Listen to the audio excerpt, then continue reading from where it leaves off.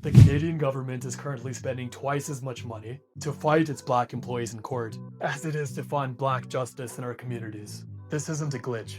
It's the foundational math of the Western state. It's the cost of protecting a hierarchy the system cannot survive without. In astrophysics, the universe only makes sense if you account for dark matter. You can't see it, but its gravity dictates every star.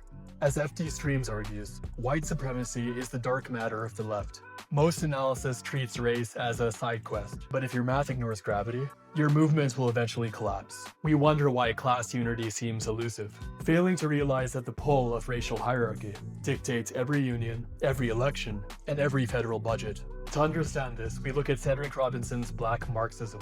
He proves that capitalism emerged from an already racialized European order. That is, there is no pure capitalism. There is only racial capitalism. It requires a racialized undercaste to act as a shock absorber. This group handles the physical danger and legal vulnerability, so the middle stays stable. Ottawa spending $15 million to defeat black workers isn't an accident. It's a capital investment in the hierarchy. Structural justice is too expensive. Symbolic recognition is comparatively cheap. This is what has been called the psychological wage. Webb Dubois argued that the state offered white workers status as compensation for being poor. Legal scholar Cheryl Harris explains that the law turned whiteness into property, including the right to exclude. We saw this in the 1912 Saskatchewan white women labor laws, which criminalized Chinese men for employing white women.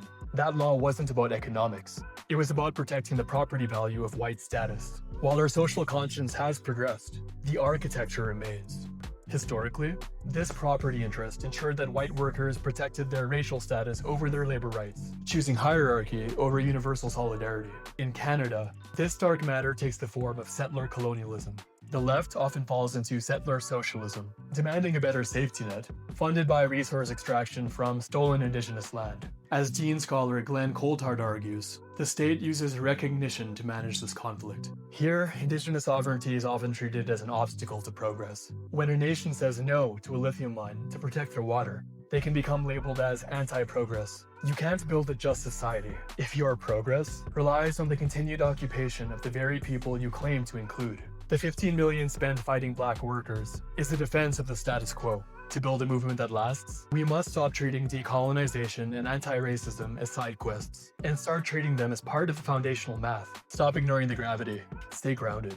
Stay woke. Hi, I'm Hassan. Check the description for the full reading list and citations used today. And remember, kids, if your solidarity has a property value, it's not solidarity. It's a transaction. Ciao.